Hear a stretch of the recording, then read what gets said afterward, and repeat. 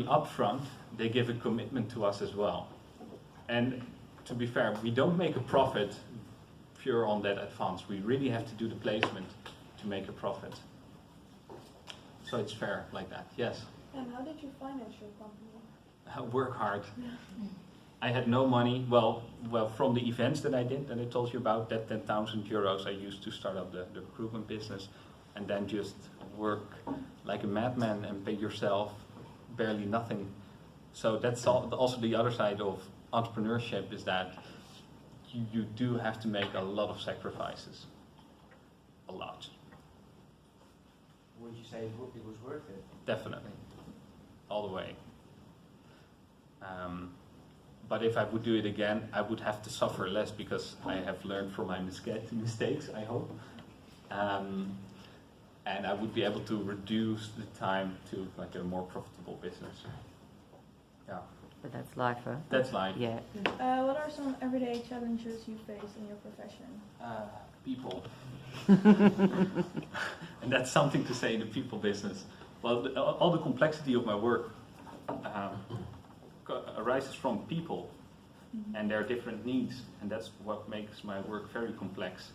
So I had a candidate who went through all of our interviews, so that's 2 interviews and an online assessment. He had the first interview at the client, great success, both happy. Second interview, third interview, got an offer, and then rejected. And why did he reject it? First, he wrote this big piece here, well, the contract, this is wrong, this is wrong, this is wrong. And then after pushing him, he finally admitted that he got a better offer from another company. But before he admitted that, we didn't know that. So that's the complexity. We have to figure out what the people want and wish for that we work with. And that's really difficult, because most people are not straightforward. Yes? How did you come up with the name of the company? A couple of beers and a brainstorm session. And then we had a couple of names, including JIBSER, and then we did a Google search, of course, for the availability and also for the amount of search results. And for JIBSER, there were very few results.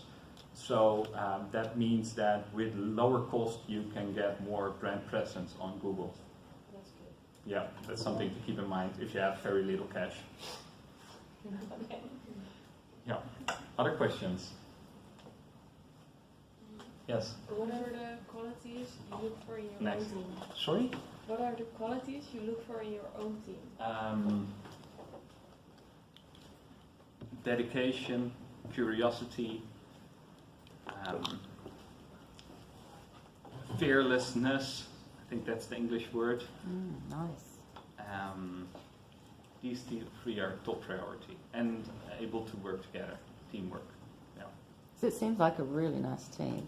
It is a nice. You get a nice vibe when I pass Always you when you walk by, we're waving, having fun, we're Where's smiling. Wesley? Leslie is great. Yeah. He's so caring. But yeah. Does that answer your? Yeah. And of course, depending on the specific role they have, they also need some other hard skills. So the marketing manager has to be able to do different things than the recruiters, obviously. Yeah. Like, what are the common soft skills that company are looking for? Like, Very diverse. like the common thing that you have. I did my dissertation on that subject for a specific market in the Netherlands, the fintech industry. Do you know fintech organizations? You probably do. Knap, Bunk, Adyen, of course, very famous now. And what I discovered is that the top number 1 soft skill is all based on emotional intelligence. That's the number 1 skill. Why? It is related to how well you are able to communicate, how well you are able to work on your own, how well, and the most important for fintech organizations, how well you are able to adapt to change. And in startups or scale-ups, there's change all the time. The way you work today will not be the same as the way you work in 2 or 3 weeks. So if you don't have the emotional capacity to absorb the madness, you will burn out really fast. And I think emotional intelligence is important for basically all companies. But yeah, now your turn. How difficult was it to start a business? Very difficult. Yeah. All the rules and The rules are not really a problem, because you can just pay somebody to figure it out for you. The real problem is getting money, getting somebody to pay you. And that's where every company starts. It starts with a problem that somebody doesn't want to solve for themselves. That's value.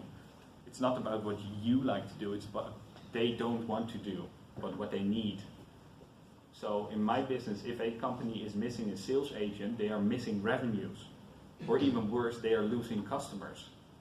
So that's a great business case.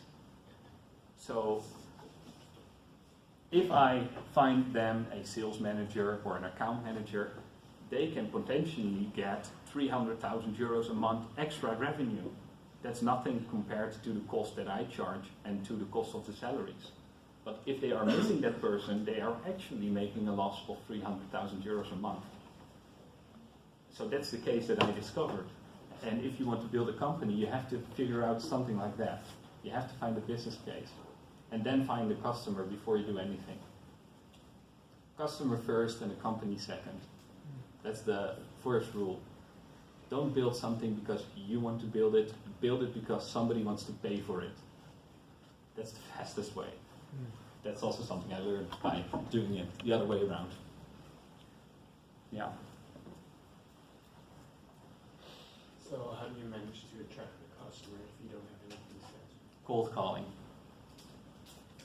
Just cold calling. Just call a company, ask for the person who is most likely to be in charge of that problem, and ask them if they have that problem. And if so, if they want to have a meeting with you where you propose a solution. And if you want, I can share a book with you on cold calling. But you just start with something like that. But most likely you will hear somebody talking about a problem, perhaps friends or family, or you experience a problem yourself. And that will be like the starting point of a small adventure where you explore if other people also have that problem and if they are willing to pay for it. Yes, that's the thing. Are they willing to pay? That's the most important thing. Without money, there's no business. And we're not doing this for free. At least I'm not. Other questions? Nick, you haven't asked. Yeah. Everyone has, Daniela, you haven't asked something. Everyone has to ask something. It's part of your... is recruitment something you want to do for the rest of your life? I want to stay in the industry, yeah, for sure. The thing is, what I like about recruitment is that on a, right now, still relatively small scale, we have an impact on the happiness of people and the success of organizations. So we take candidates out of companies where they are unhappy because of their manager or because of the misfit with culture, and we put them into a company where they can excel and be happy and achieve great results. I think that's something beautiful. And that's why we want to build the platform to increase the scale on which we solve that problem. So by building that platform on a much bigger scale, probably even international, we can increase mobility on the job market, put people into companies where they can excel and increase human output. So that's something I will do forever. So all the companies I will start will be in this industry to solve that problem. And it might be using different approaches. Yes? What is the biggest risk to be an entrepreneur now? The biggest risk, probably burnout. That's the biggest risk overall in the corporate world. And burnout will lead to losing money, losing customers, losing your business. Yeah. You're talking about burnout. How is your work-life balance? What balance? Do you have a work-life balance? I have a work-life balance. I don't work on Saturday and Sunday. And I put away my phone. I don't answer, well, I answer calls if there are clients, but they rarely call in the weekend, thankfully. And during the week there is no balance. Yeah. But in the beginning, like when you were starting your business, you were probably working on the weekends as well. Yeah, right? sure. First 2 years. How did you manage to put most of your personal life aside to dedicate yourself to the business? That's a great question. And the thing is, how I put my personal life aside for building the business was a huge struggle. Yeah. So first I thought, well, I have this one client, everything will be fine. I felt like a small god, you know. If you have your first international client that is giving you a bag of money and tells you, hey, solve this for me, you feel great. But then you realize one customer is not enough. We have to do more. But I also want to go party with my friends because I'm really extroverted, so I like hanging out and partying and doing cool stuff. But I realized if I want to get the results I desire, I will not be able to do both. So slowly by slowly I did less social activities and became more and more focused on my work. So it felt like losing a part of myself, but at the same time I was also gaining something else that I desired. So that's a challenge. Sacrifices. Because isn't that a bit of the fun thing though? Because you know in your heart it's only short term. You have to put 100% into your entrepreneurship, but it's so much fun. You're driven, you're getting successes, it's building. Like you can live with that for a while. The thing is, you cannot do it all for the rest of your life. It's fun. Like in 1 year time, you will have about 6 days where you feel really great. The rest is suffering. But for me, that works. Yeah. For me, it works to work for months without any accomplishment and then get this huge result and then suffer again for a couple of months. For me, that works. But if it's something that doesn't work for you, please don't start a company. No, exactly. Sorry. Yes. You've got to give it. If you don't have a sort of balance in your life, how does your day look from the beginning to the Well, end? I have somewhat of a balance. Like I wake up at 7 o'clock. I will be in the office before like 8:30 or so. Or I will go to a meeting with a client outside of office, and I will work until like 7 o'clock in the afternoon. Then eat, sleep, repeat. And sometimes I have like a dinner party at night with friends. That's the only thing I do for social activities, aside from the weekend. But also in the weekend I go to bed early, like 10 o'clock, wake up early, work, well not in the weekend, but yeah. Don't you regret the fact that you spent most of your time on your business instead of having your personal life in the beginning? Maybe you lost friends or something like that. Did you lose friends? So, did I lose friends because of all these sacrifices? Yes, I lost all of the fake friends. Like there's been so much research on how many friends can you actually have, and I think the acceptable number is around 5 friends with whom you have really deep connections. And these 5 remain for me. It might be 6, but around 5. And with them, I invite them to have dinner with me. I go out with them in the weekends. So yes, I lost friends, but I've chosen to make sacrifices now so I can enjoy free time later on. So if I will work like this until I'm 30, I can retire at 30 years old. So that's 5 more years, and then I can do whatever the hell I want. So sacrifice now, enjoy later. That's my strategy, but it is a struggle because I don't enjoy that time right now. And I have to remind myself today, like, if I want to have that then, I have to fight today. Yes. Well, was it difficult to get the right balance between developing your platform and getting sales in the beginning? Yes. Life is always about finding balances and sales and all the other tasks you have to do in managing a business. Especially if you're unexperienced, it's always a search for that perfect balance. But the thing is, as soon as one element changes within the company or outside of the company, regulations like the HvA that just came in, you have to refine that balance. So it's a never-ending cycle. Yes. What is the most satisfying thing about the work you do in the business? To me, making customers and candidates happy and seeing the company grow. That's the most satisfying. Yes. Do you meditate or mindfulness? I don't sit down. I don't think so, no. Well, I do think deeply, but not in like I will sit down for 15 minutes right now. But I do take moments during the day when I walk outside of the office and go for a round for like 10 minutes. So maybe that's my meditation. Yeah. Do you still have any goals you want to achieve in the future? Yeah, for sure. Like I said, we are going to build this platform. So hopefully this will, well, no, certainly this will be the biggest platform in a couple of years. Overshadowing, Randstad, LinkedIn, all these big names. And we'll see after that what I will do. Yeah. Most of the knowledge you learned from recruitment, you learned by yourself, not at school, right? So the question is if I learned most of the knowledge about recruitment by myself. About recruitment or even starting a business, like what you do today. Like when you were starting your business, you had to search a lot and learn things by yourself that you didn't learn in school. Yeah. So you asking, is school helpful? Basically, yes.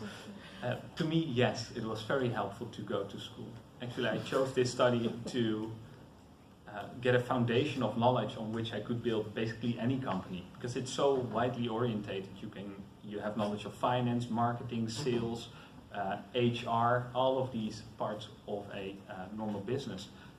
So without all of that knowledge, I would not be taken seriously by my customers today, because I understand why they need that sales manager, because it also has effect on the finances.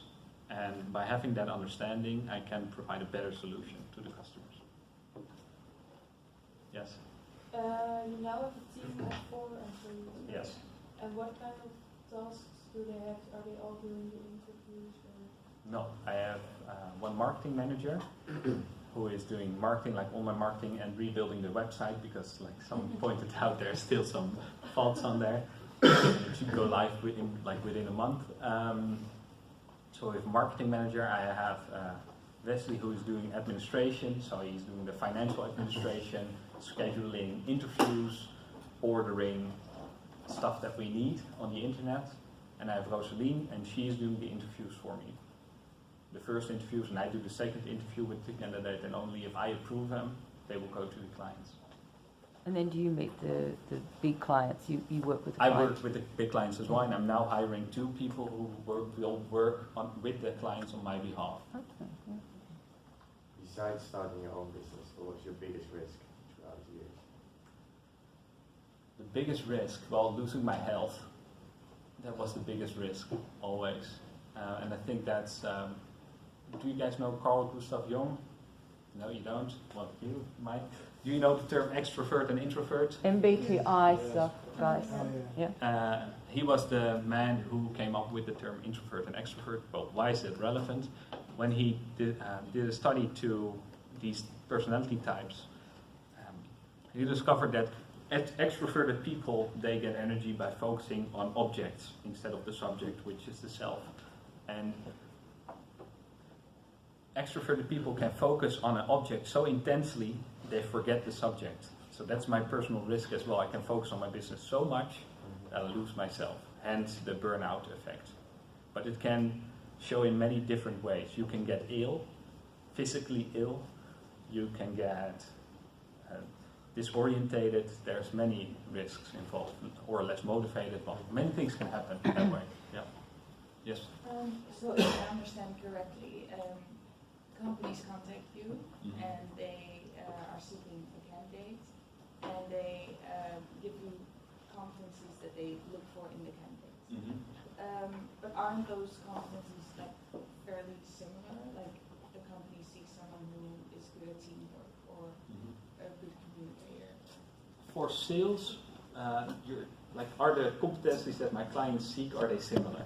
Well, the soft skills that they seek are relatively similar. Relatively, but it's also because it's sales. But the hard skills they need are very different. Of course, they need to be able to close deals, of course. But sometimes they also need to do project management, or they have to be able to buy products for the company, or they have to be able to do something else, a different trick. It could always be something else. And the second layer on top of that, so you have the competencies, that's right, but besides that, we also figure out what is the culture of the organization. That's even more important, actually. So yeah. Do you have like a tip on what to do in sales, like with all your experience? Regarding what part in the sales process? Yeah, I don't know, maybe closing the deal in that process. That's what I'm kind of doing right now. Closing a deal. Well, you have to understand what the customer wants. If you have their specifics really, really clear, and you know they are willing to pay, and then your offer should not be a surprise to them. Actually, if you are going to close a deal, so you send them the contract should be no surprise to them. The only things that can be in there are the things you have discussed together. Does that help you, or is there a different specific issue? Well, I was just wondering, or maybe like a sales mistake you really learn something from. So there's a lot of examples. Which one to choose? Okay, so one, I lost not a client, but a potential client recently. I made a mistake. I had sent him, I had made him a promise that I would find him 3 sales managers. And he was really excited about them. I sent him the proposal. And later on I thought, hey, that might not even be the best solution for my client. Sometimes you have that idea that he wanted senior sales managers, and I thought he could also do with junior account managers, which is a much cheaper profile, both in the salaries but also in my fees. And I thought that would be a better solution for him. But when I pitched that solution to him, after I sent the proposal, I first shot down my initial offering. So I told him that it would be a bad idea to search for these sales managers because it would be hard to get them. Basically, I told him, the first offer I made you, I cannot deliver on that promise. So in one sentence, I reduced the trustworthiness of myself towards that client, and he did not choose for us. So if you make a promise, keep it. Yes? Like you're doing your platform now and it's developing. What is the biggest obstacle right now that you're having? Maybe like finding the IT specialist to develop the website, or what is the biggest obstacle? Right now, we're writing down the roadmap for the development. Like what criteria do we have to get first? And also because there's investors involved, I cannot make all the decisions myself. And once that plan is set down and agreed upon, then we will find the people to build it. Is that clear to you? Because that's not really a challenge, it's more... No, it's like the process you're going through. Like the obstacle that you feel like, oh, this is difficult. There will be many, many difficulties because we have to combine different databases, different algorithms. We have to build a platform on top of that. It all has to work together, and that is very complex. So complex that I don't even understand it myself completely. I was going to say, it's the understanding yourself as a founder. You have to understand this stuff so you can make decisions on it, so you can hire the right people to deliver. It's also complex. So it's still conceptual right now, and we know it can work, but we're figuring out how to get there exactly. That's the biggest challenge. And just a reminder for the people not asking questions yet. So Daniela, would you like to ask a question, please? You need to. It's part of today's task. And some people have to ask questions. No, some people are shy, so I want them to come out of it. It's part of pulling it. So, what personal qualities or characteristics are important for a candidate to stand out? To stand out, yeah. Stand out. Yeah. What's the ones that gets your attention? Enthusiasm. That's the number one thing. If somebody radiates energy, I'm excited already, and I want to hire them. And you rarely see that. Really rarely. I think 1 in 50 candidates I talk to have that capacity. And for me to talk to 50 candidates, Rosaline has spoken to 200 candidates. Just to give a picture of that. And for her to talk to 200 candidates, we will have 1,000 applicants. So 1 in 1,000. I just want to ask a question about this introvert-extrovert stuff, because there's a lot of things now written about introverts, that if you're not an extrovert, you get missed. And so I'm just thinking now, this energy, what if you're an introvert? And Introverts have tons of energy. Yeah, so they come to you, it's something in their their sparkle? So they don't have to be rah-rah in your face, do they? No. Can you say something a little bit? No, Because we've well, had that discussion as well. To be honest, but we should turn off the camera for this. And also, you're an extrovert, and I know, as an extrovert, that you're much more attracted to people that are like yourself. So, and when you've got a quiet person, and but introverts are not necessarily quiet. No, That's a very, very big misconception. Yeah. Introverts just get more energy from thinking. Exactly. Yeah. But that doesn't mean they have low energy. It doesn't mean that at all. So that's a big misconception. But in the end, it also boils down to my gut feeling. Yeah. So basically, these companies pay me for my feeling about a candidate. Because first of all, when I meet a client, if I don't have a good feeling about them, I will not work with them. So first I let my feelings synchronize with the client, and when I talk to a candidate, I just try to feel if he is the right person. And that's not very exact science, so it's really hard to pitch that to a company. Hey, you will pay for my feeling. No, but it's a balancing. But actually, the magic is in that level of talent. And then, of course, I will check the boxes. Does he or she have the right competencies? And I will do all the groundwork as well. Of course, yeah. But the gut feeling is when I know this is something special. And most of the times, these people get hired because the clients feel that as well. You asked a question. Oh, yeah. You did? Okay. Do you have any tips to us students on how to make the best own personal career after school? The best personal career after school? I have no idea. Why do you say that? It depends on what you want. Yeah. What do you want to achieve? If you want to become a doctor, perhaps you should do some other studies. But if you want to become a manager in some international corporation, you're probably on the right track. So it depends on what you want. Choice. Yeah. And even then, nothing is set in stone. Right? I think that the primary objective should also be to try to be happy. Right? You only get one lifetime. Make the most out of it. And I think when choosing a company to work for or an opportunity, I think you will also feel it for yourself if it's the right thing. Because your mind and subconsciousness will process all of the data and tell you if it's something that's right for you. I believe that. Okay. Does that help you? Yeah. Okay. Did you need your question? What's the best way to prepare for a job interview? Oh, yes, we haven't gone on to all of that yet. Yeah. You should research the company. What should you research about the company? Of course, the product or service, type of organization and culture, what their strategies are, why are they doing the things they are doing, are they entering a certain market, what are they trying to achieve on a higher scale, like a strategic level. From there, try to figure out what your role is in that strategy. And have that really clear for yourself, because that's your added value. You are not there because they like you. They will also have to like you, but they will hire you because you will solve a problem for them. And if you have a good understanding of what that problem is and how you will solve that, you have a much better chance in getting hired. I actually got a tip from another recruiter. He advises candidates to write a business plan around their position that they are applying to, like written down, this is how I will solve that problem and this is how I will be of added value.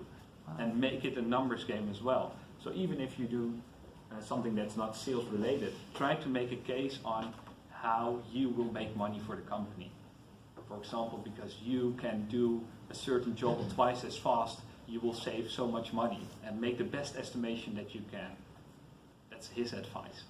I have never tried that, but I think it is good to make that a mental assignment for yourself and try to figure out what is my value proposition. Yes? Oh, sorry, before we continue, and research the people you are going to have a conversation with. Oh, yeah. Okay. Because if you can figure out, like I like sailing and music, if I can figure out by a LinkedIn profile that they also are sailing, I will mention that just, subtlety in the conversation, just drop that, hey, I just came back from a sailing trip, and they will say, "Oh, I also like sailing. Oh, yeah. How about that?" Amazing. Well, you get notifications if someone looks at your LinkedIn profile. So it's like